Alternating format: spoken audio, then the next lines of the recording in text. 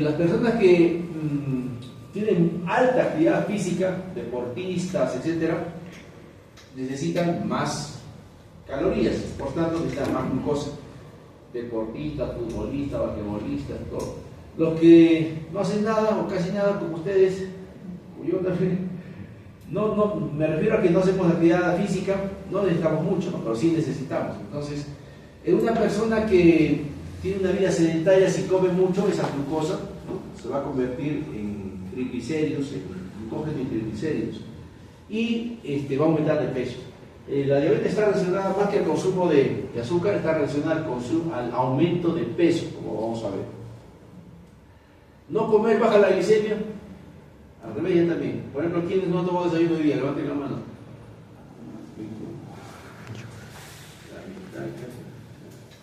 Entonces, estos que no han tomado desayuno se van a desmayar en media clase, ¿se les va a bajar la glucosa? No, porque tenemos mecanismos que suben la glucosa también.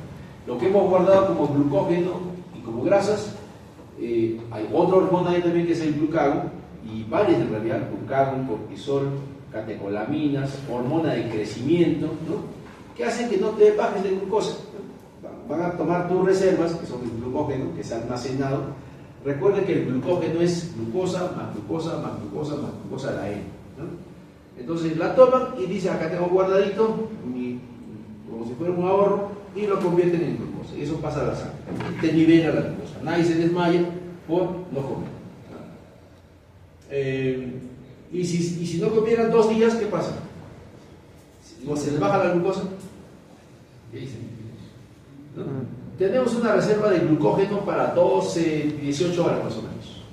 De ahí tenemos reserva de grasas. Las grasas todavía quedan, ¿no?, y se va haciendo lipólisis y va convirtiéndose en glucosa. O sea, podemos durar semanas sin comer. Claro, de hambre, pero igual viven, ¿no? Lo único que se necesita es agua, ¿no? Agua sí es necesario. Ahí sí desfallece. Muy bien. Quien controla esto es unas células que están en el páncreas. Recuerden, en el páncreas hay 2 tipos de células en el páncreas: las exocrinas, que las estudian en gastroenterología, y las endocrinas.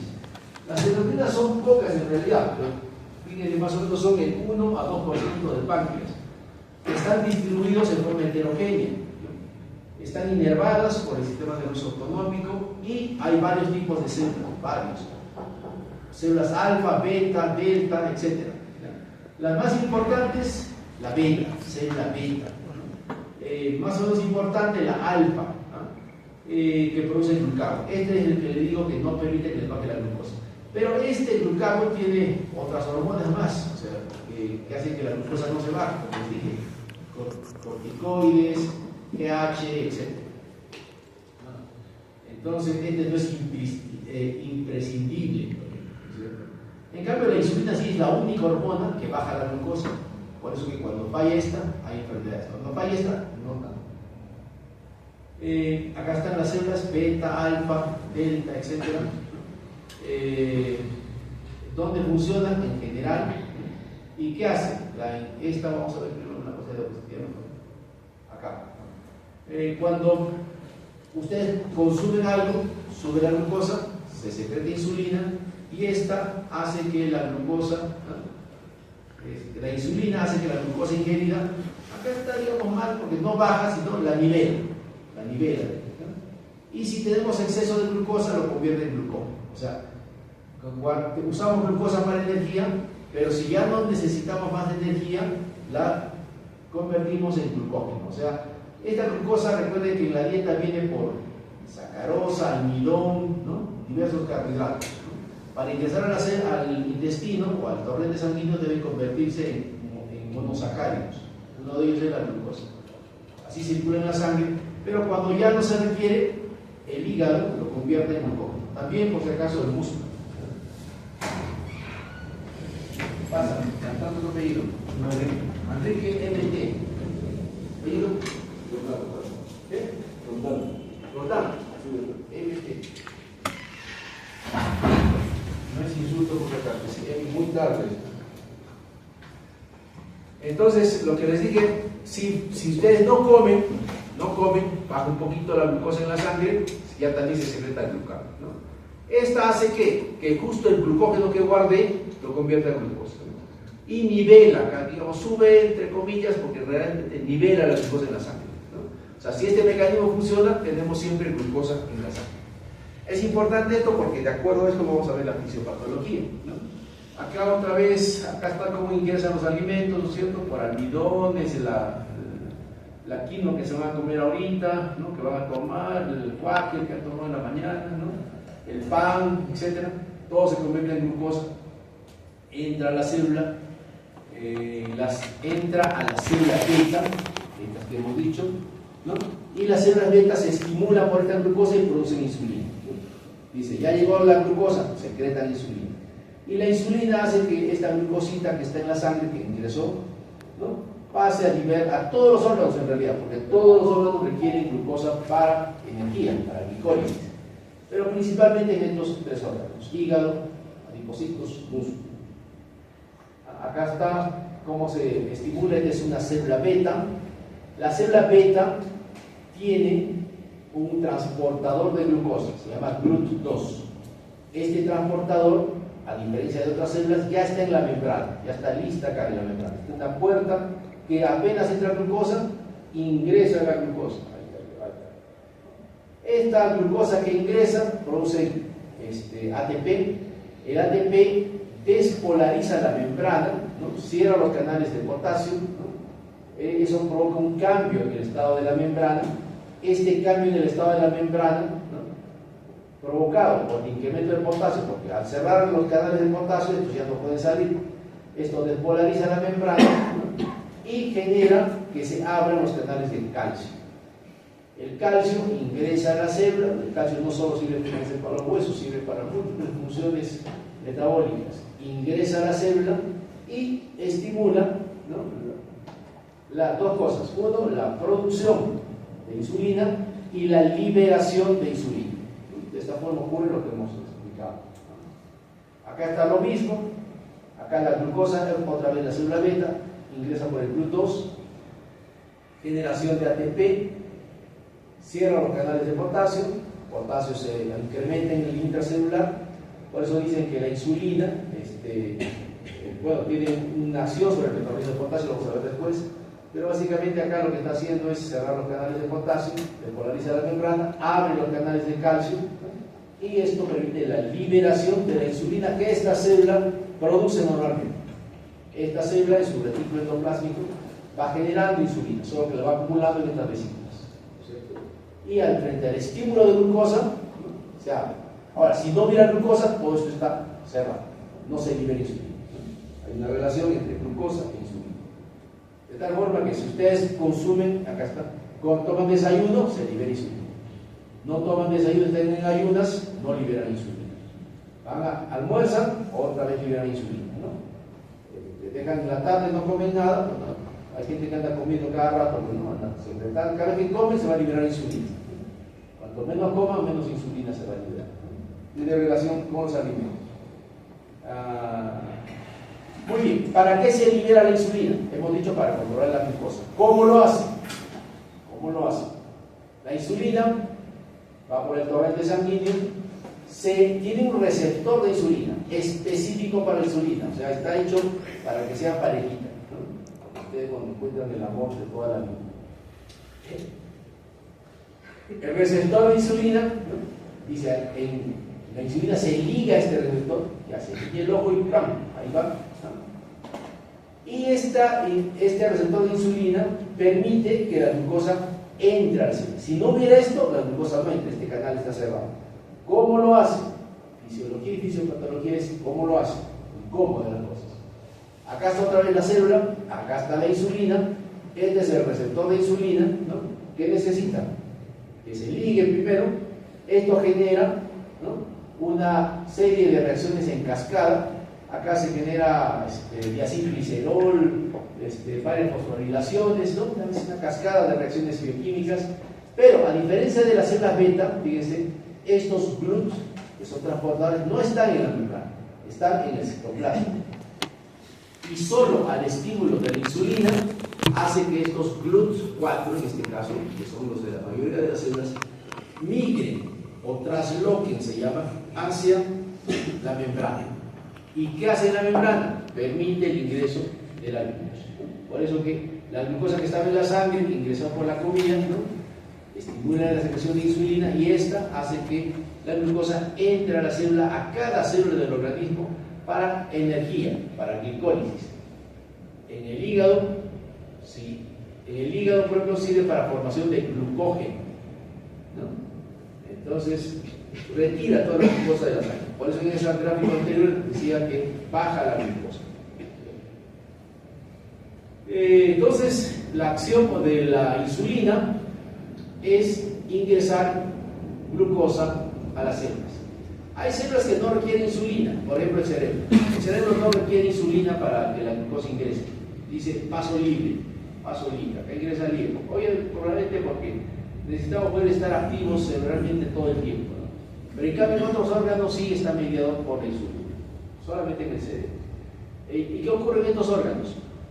En el músculo, obviamente, la glucosa ingresa a la célula, ya acá está dentro de la célula, para dos cosas. Uno, piruvato, glicólisis, se llama esto, glicólisis, piruvato, ¿no? Entra ciclo de Krebs, oxidación mitocondrial, energía. Piruvato es energía. Y si no necesitamos, están lagarteando, no necesitan nada, no hacen ejercicio, se transforma en glucosa. No se desperdicia esta glucosa, se transforma en glucógeno, almacena glucógeno. El hígado pasa lo mismo. Acá está piruvato, quiere decir energía, glucógeno, almacén de energía.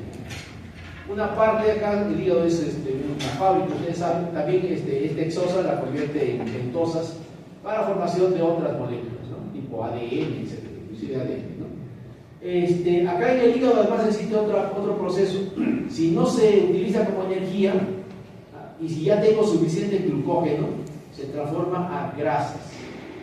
O sea, de la glucosa se puede convertir a grasas en forma de ácidos grasos, triglicéridos, por eso se llama glicéridos, porque provienen de la glucosa. Y estos normalmente no se almacenan en el hígado. El hígado le dice, ¿sabe qué? Mira, acá no es tu casa, vaya nomás, siga adelante, le voy a conseguir un taxi, un Uber. ¿Cuál es el Uber? Estos, transportadores de grasas, llamados colesterol. Cuando ustedes miden el colesterol, en realidad ya están midiendo transportadores de triglicéridos, VLDL, HDL, LDL, ¿no? Entonces, cuando miden el colesterol y es alto, en realidad están midiendo cantidad de triglicéridos. Claro, también cantidad de colesterol, pero cantidad de triglicéridos. No son marcadores indirectos de cuánta grasa tiene una persona. Comes más triglicéridos, más LDL. ¿Y a dónde lo lleva? Al adipocito.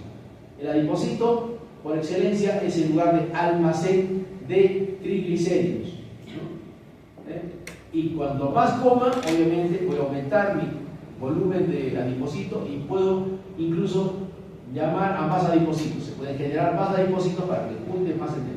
De tal forma que la comida nunca se desperdicie. Entonces, por eso, pues, si como más, engordo. No es que no lo metabolizo, no lo elimino, nada. Se guarda, todo se guarda, ¿no? Tenemos un metabolismo diseñado para guardar energía, para que no nos muramos, pues, ¿no?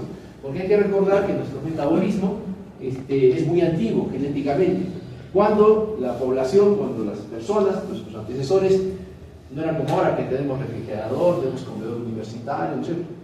Entonces, antes no había que comer, comían cuando cazaban y cuando recolectaban. Y no todos los días ocurría eso, entonces tenían que tener ese tipo de metabolismo para guardar energía, para periodos de ayuno. Ahora están mal acostumbrados, pues, ¿no? Toman desayuno, a media mañana una galletita, almuerzo, media tarde, noche, medianoche, ¿no? Creen que se van a morir si no comen, ¿no? No es así, nuestro organismo está diseñado para periodos largos de ayuno. Se está retomando esto porque ahora existen las dietas de ayuno intermitente, no sé, se están dando cuenta que esas dietas son más adecuadas a nuestro sistema, a nuestros sistemas metabólicos. Bueno, esto ya lo explicamos. Este es el glucagón, ¿ya? El glucagón funciona al revés ya también, ¿no? Baja la glucosa, ¿no? Y acá está cómo se activa. Baja un poquito y lo primero que ocurre es no se produce insulina. Entonces eso deja glucosa en la sangre, no le ingresa a la célula, ¿no? descenso de insulina. Entonces, todo lo contrario a lo que hemos explicado, ¿no es cierto? Al no entrar a la célula, se queda en la sangre. Entonces, si no comen, baja la producción de insulina, como vimos en la anterior diapositiva, acá. Bueno, está más atrás. Cuando no comen, la producción de insulina baja, ¿no es cierto? Si sigue bajando, se producen catecolaminas.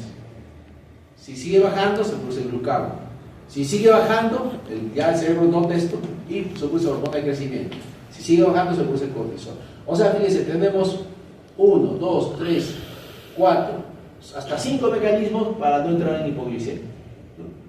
Solo entramos en hipoglicemia cuando será pues un tumor productor de insulina, ¿no? Que a pesar de todo esto te baja la glucosa. Es casi la única posibilidad. De hecho, en la patología, tenemos básicamente dos enfermedades. Una enfermedad por hipofunción de las células beta y otra enfermedad por hiperfunción de la célula beta. Una hiperfunción de la célula beta son tumores, se llaman insulinomas, ¿no?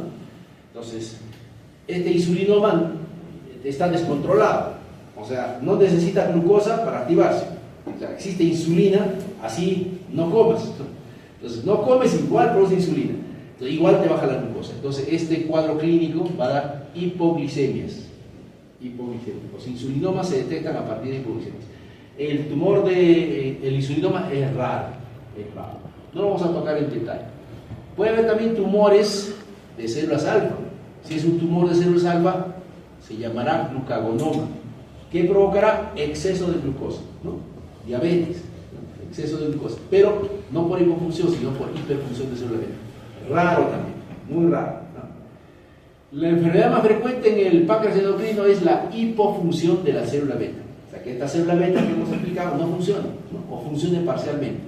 Esto, si ya ustedes se dan cuenta, va a dar... Bueno, si no funciona la célula beta,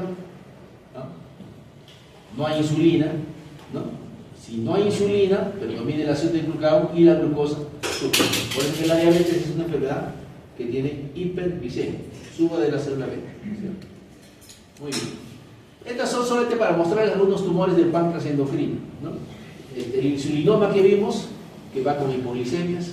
Hay otros tumores también. ¿Ya? Esto no va a entrar al examen porque son patologías raras, pero para que no nos digan, el doctor nunca nos enseñó otros tumores. Sí existen otros tumores, ¿no? Pero son sumamente raros. Tumores de glucagón, lipomas, varios tipos de tumores, sumamente raros. ¿No? Entonces tenemos, otra vez volvemos a la clasificación de la diabetes, ¿no es cierto? Tipo 1, tipo 2, ya explicamos estos detalles, ¿no? Gestacional y otros tipos de diabetes. Ya explicamos el diagnóstico de gestacional. El seminario del martes justo habla de la fisiopatología de la diabetes gestacional, ya más amplio, es un seminario, ¿no? Ampliamos el tema. Otros tipos de diabetes ya dijimos, ¿no? Por pancreatitis, ¿no? Tumores del páncreas, medicamentos, corticoides, ya lo explicamos todo. Vayamos a la diabetes tipo 1, ahora vamos a hablar de la fisiopatología. En la tipo 1 lo que existe es una destrucción de la célula beta, casi al 100%, o sea, se destruye totalmente, no hay, por tanto, cero insulina. Conduce a la deficiencia absoluta de insulina. Por eso que estos pacientes requieren como tratamiento insulina, es una sustitución hormonal, ¿no? Pero hay que imitar exactamente pues lo que ocurre fisiológicamente. O sea, tenemos insulina todo el tiempo, no crean que no tenemos, todo el tiempo se está secretando insulina. Y cada vez que comemos va a haber picos de insulina. Entonces hay que imitar eso. Es difícil. No es como tomar una pastillita, ¿no? Toma tu pastilla de insulina, no. Además que por ser un péptido, no hay en pastillas, solo hay en subcutáneo. Entonces tenemos que imitar, es difícil imitar eso. Se han fabricado insulinas basales que se llaman, o sea que la insulina te inyectas y está en la sangre más o menos en forma estable durante todo el día, ¿no? Ese usamos. Y usamos otra insulina para cada comida, ¿no? Porque no es posible que nuestra insulina esté estable pero no hace picos. Entonces tenemos que usar otro tipo de insulina cada vez que comen estos pacientes, con cada comida. O sea, comen, y es más, se calculan cuánto comen y de acuerdo se ponen la insulina. O sea, lo que había, la célula beta. Actualmente el tratamiento está avanzando hacia, querían poner páncreas, trasplante de páncreas, ¿no? Para para que haga lo mismo, pero parece que va avanzando más en el páncreas artificial, ¿no? O sea, maquinitas, dispositivos que imiten la fisiología, ¿no? Que tú cuando comas ya le solo apretas un botón y se aumente la secreción de insulina por una máquina. Esas máquinas por ahora son externas, pero con el tiempo va a haber máquinas internas, te van a poner como subcutáneo, te van a instalar. Actualmente están poniendo en el epíplon células beta, ¿no? Bueno, hay bastantes avances respecto a este tipo de diabetes, porque su tratamiento es sumamente difícil.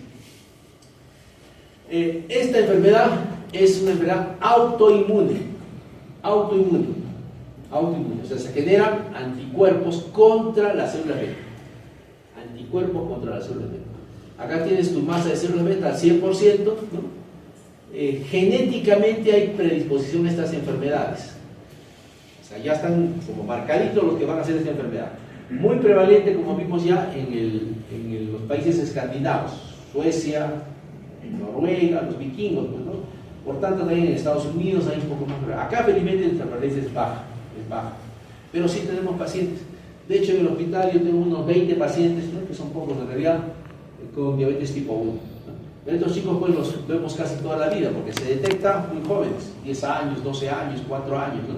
Y lo vemos casi toda la vida, ¿no? Toda su vida, la vida de ellos, la vida mía también.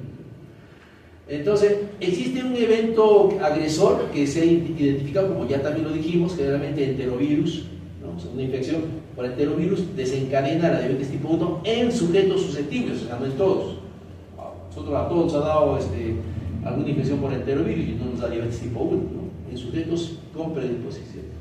Eso genera anticuerpos contra las células beta, ¿no? Y eso hace que la masa de células beta caiga rápidamente, cuestión de meses, ¿no? Cae. Se puede detectar estadios prediabéticos, pero generalmente detectamos cuando ya están acá. Actualmente hay tratamientos acá contra los anticuerpos, pero en este estadio. Pero es difícil encontrar pacientes en este estadio. Tendría que ser un screening así, ¿no? En poblaciones susceptibles.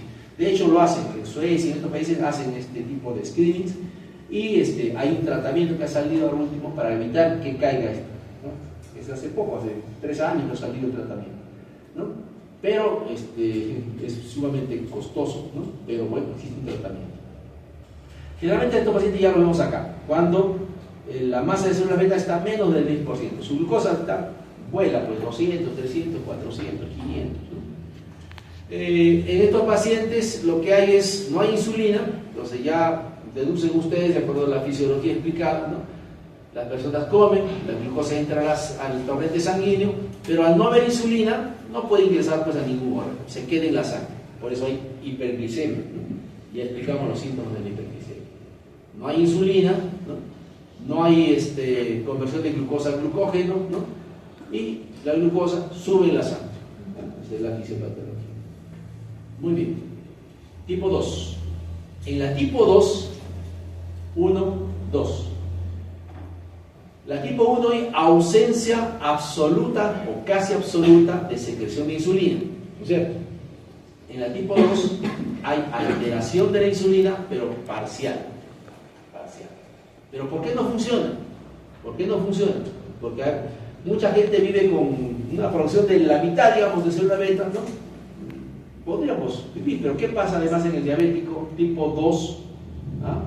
Que estos mecanismos que hemos explicado acá, que hacen que, recuerden, la insulina debe ligarse a este receptor, ¿no es cierto? Y acá hay unos mecanismos que les dije que generan que el GLUT migre a la membrana y la glucosa entre. Pero estos mecanismos post-receptor, o sea, la falla no está en el receptor, sino acá, en los mecanismos estos, entonces falla también. Esa falla, hay 2 fallas: la secreción de insulina parcial, no como esta, y la sensibilidad a la insulina, se llama esto, porque la insulina requiere receptor, requiere estos mecanismos para que el GLUT migre y la glucosa entre. Pero si los 2 fallan, no funciona este mecanismo y la glucosa queda, ¿no?, en la sangre. Igual, hiperglicemia, diabetes. El diagnóstico ya lo dijimos. Esta es la clasificación de acuerdo a la fisiopatología. Tipo 1, destrucción de la célula beta, ausencia completa de insulina, generalmente autoinmune. Si no se encuentra autoinmunidad se llama idiopática.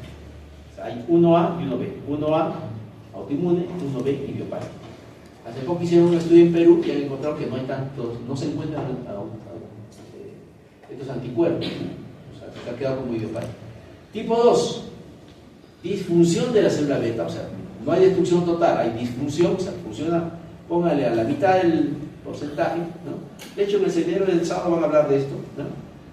Y lo otro, y insensibilidad a la insulina o resistencia a la insulina. Es lo mismo, ¿cierto? No hay sensibilidad a la insulina o resistencia a la insulina. Es lo mismo. Bueno, la gestacional, van a hablar sus compañeros, ¿no? Que también hay disfunción de la célula beta y también hay insulinoresistencia, pero generada por el embarazo. Toda condición de embarazo es insulinoresistente. Toda condición del embarazo es causa insulinoresistencia, por múltiples razones fisiológicas. Y los otros que ya explicamos. Entonces, esta diabetes tipo 2, la tipo 2, está más prevalente que la tipo 1. De hecho, está incrementando en todo el mundo. Se habla de una epidemia de diabetes tipo 2. Está alcanzando hasta 10% de la población. O sea, de 10 adultos, uno tiene. De 10 adultos, o sea, de ustedes, cuando sean adultos, 44 diabéticos, más o menos. Ahora, hay poblaciones que tienen más susceptibilidad, ¿no? Parece, algunas poblaciones. En nuestro medio estamos en casi 5%, o sea, de 21. O sea, de acá 2 van a salir, ¿no? Ahorita vemos quiénes son más, quiénes van a tener. Es posible saber, ¿no? No se asusten. El otro era una 2010 y este es una proyección a 2030. O sea, está incrementando, ¿no? Es una enfermedad que se está incrementando. Proyecciones a 2035, ¿no? Casi un incremento del 55% en todo el mundo, ¿no? Es una enfermedad mundial, es una epidemia. Dicen que es peor que el COVID. ¿Por qué se acaba? Hemos dicho que hay dos factores: la disfunción de célula beta y la insulinoresistencia. ¿Y qué causa la insulinoresistencia? Factores de insulinoresistencia. Obesidad.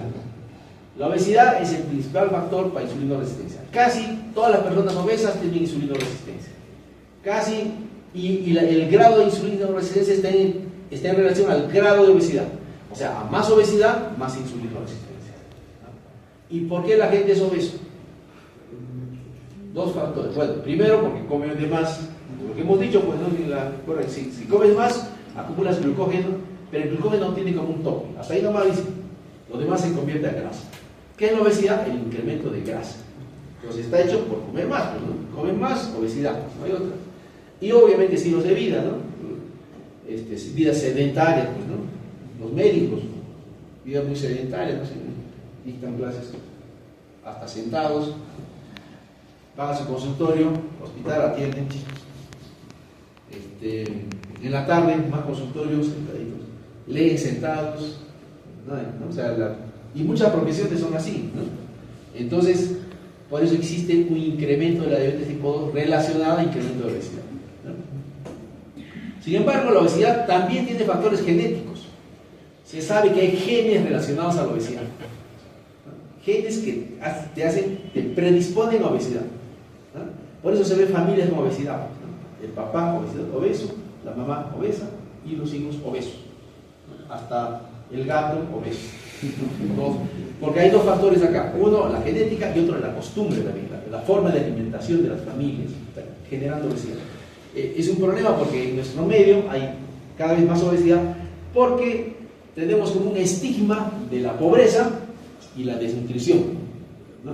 Entonces la gente piensa que comer más y estar gordito, entre comillas, es saludable. De hecho, un niño, cuando está gordito, dice: ah, qué lindo está, lindo, ¿no? 50 kilos, lindo, ¿no? Es más, existe el concepto de que el estar bajo de peso, bajo entre comillas, porque antes están normales, ¿no? Lo hace susceptible a enfermedades. Pero come para que no te dé enfermedades. El COVID demostró todo lo contrario: los obesos morían más. Entonces la obesidad es un problema de salud, ¿no?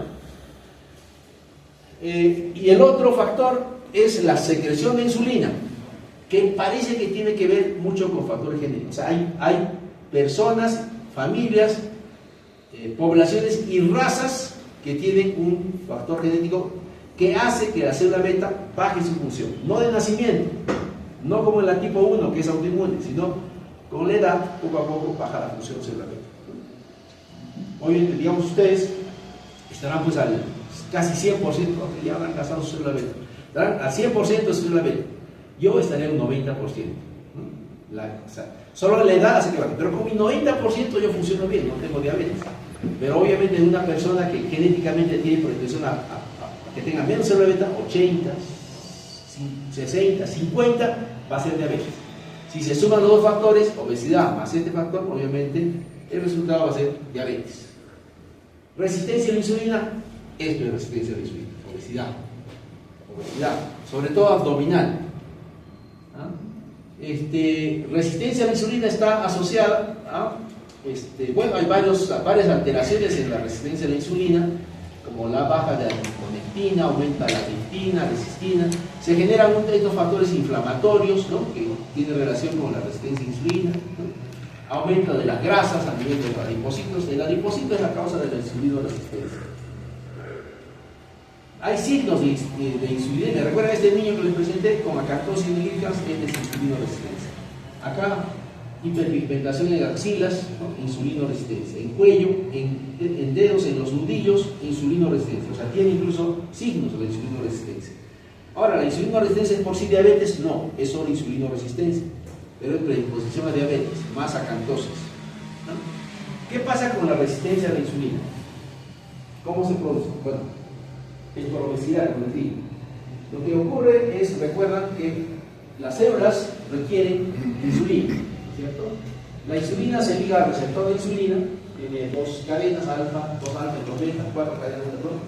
Estas generan fosforilaciones, ¿no?, de varios productos, ¿no? Y esto genera finalmente, como les dije, la migración del GLUT4 a la membrana para que la glucosa entre. Esto es lo normal, ¿cierto? ¿Qué ocurre en la resistencia a la insulina? En la resistencia a la insulina existe una alteración en estos mecanismos post-receptor. Acá se altera esta vía.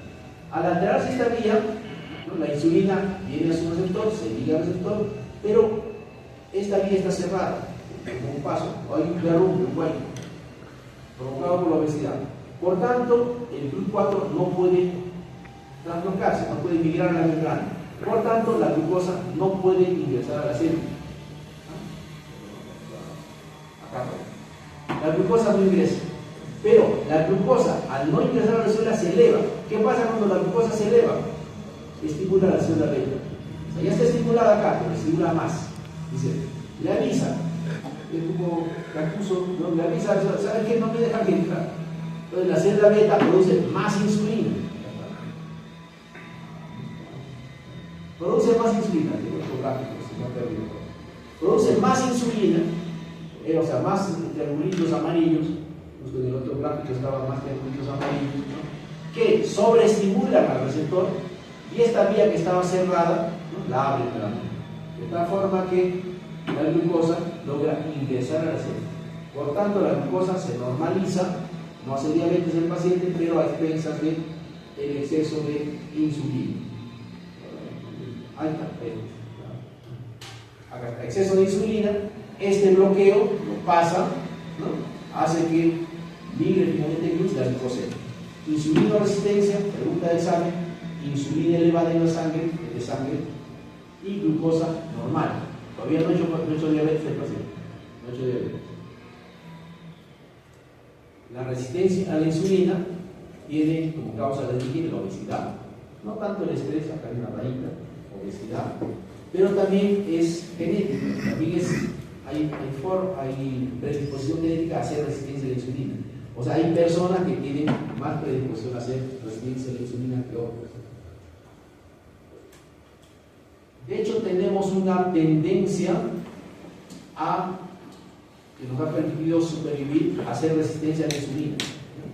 Porque, como les dije hace rato, tenemos un metabolismo de máxima eficacia metabólica que permite almacenar grasas.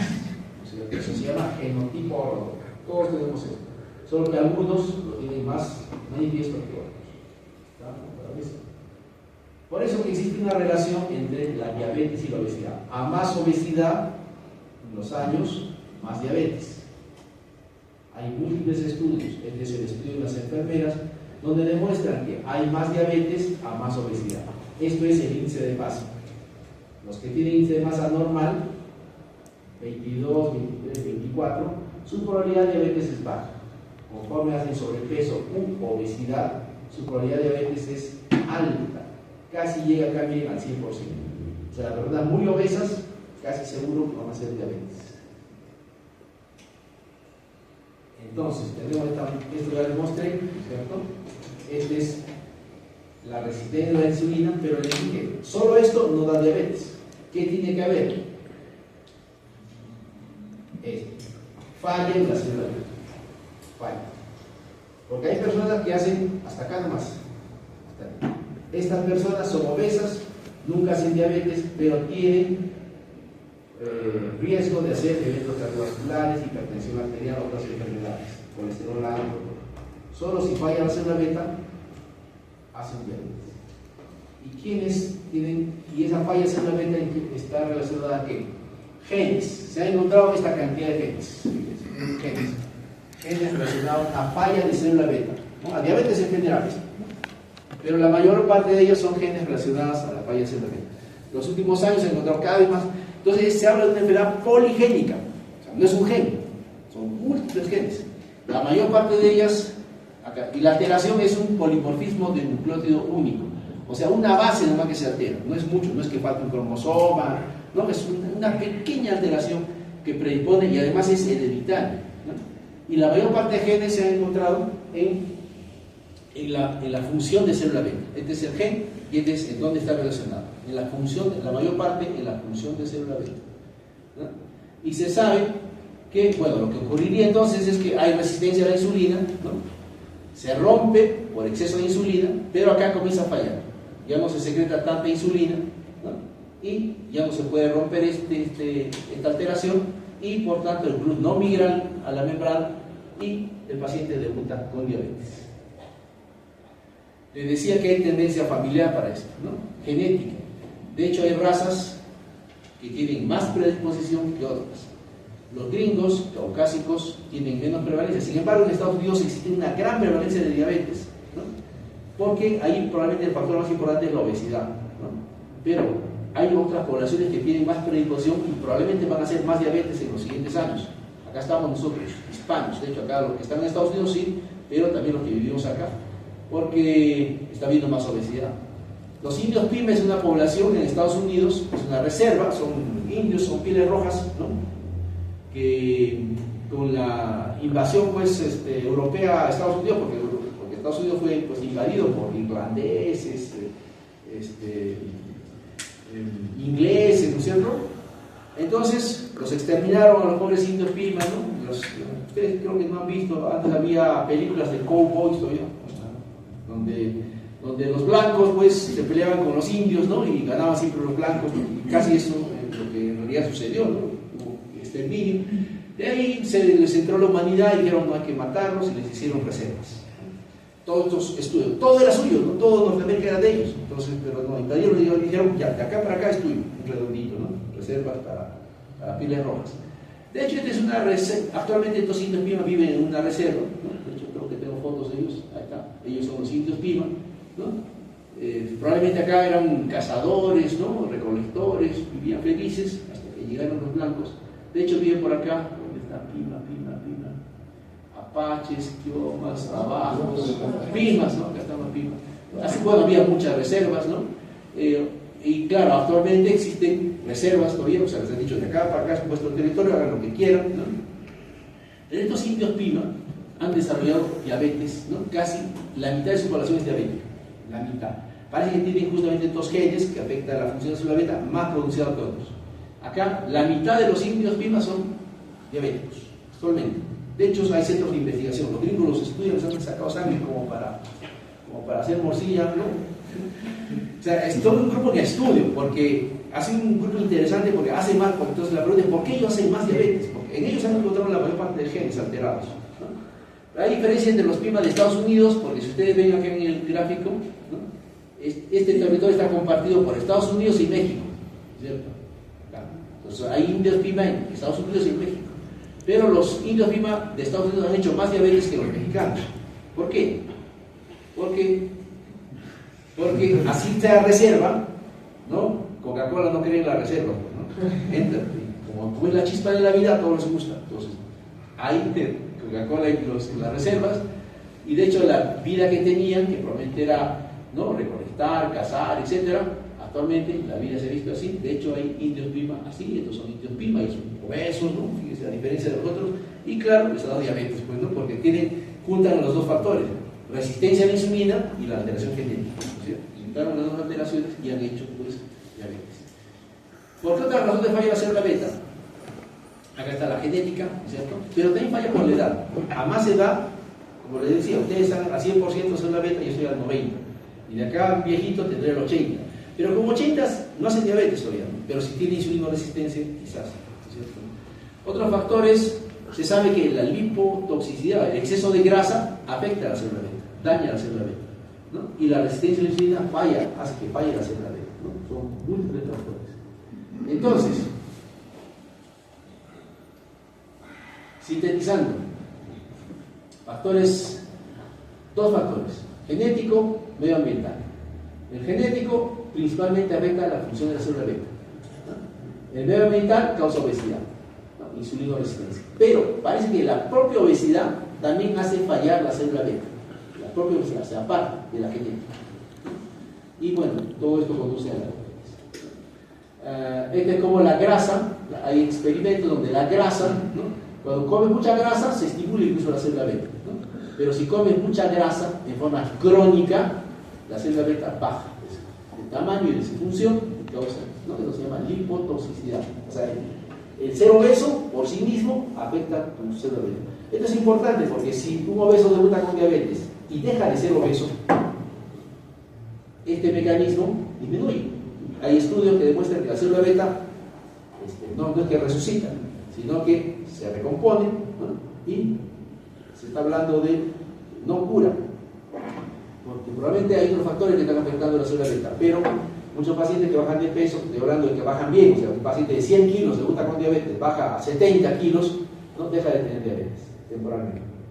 De hecho, los cirujanos, cuando hicieron cirugía bariátrica, ¿saben qué es cirugía bariátrica? Es una cirugía para bajar de peso, pero es una cirugía bastante agresiva.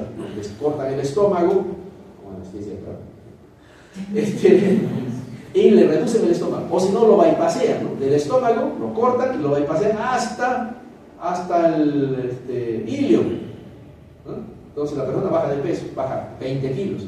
Hicieron eso con diabéticos y al mes dejaron de tener diabetes, porque el daño de la célula beta estaba provocado por esto, por la grasa excesiva. Entonces los cirujanos nos sacaron la lengua a todos los clínicos. Entonces, ustedes tantos años sin curar la diabetes, nosotros lo hemos curado. Y tenían razón, las pruebas, sí, glucosa normal. Pero 10 años después estos pacientes hicieron diabetes de todas maneras.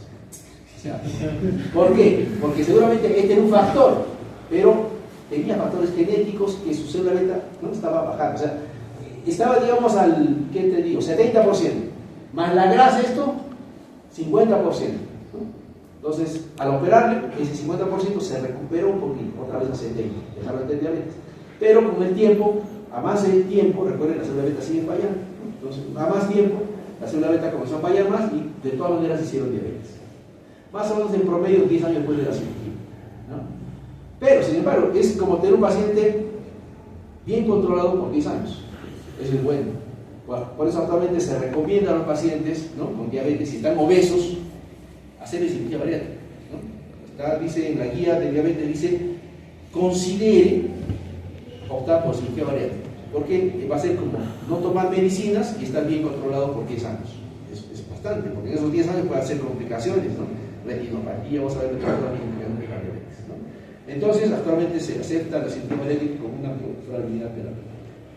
Muy bien, ahí nos quedamos, ¿sí? Porque ya es hora. Faltan 3 días. Esto es lo que pasa con la célula beta. Antes creían que se morían. Ahora se sabe que se diferencian. O sea, la célula beta se convierte en alfa, en delta, en otros, y claro, obviamente no funciona. Bajan de peso, y existe esta posibilidad de que otra vez vuelva a hacerse la venta y mejore el caso. Muy bien, chicos.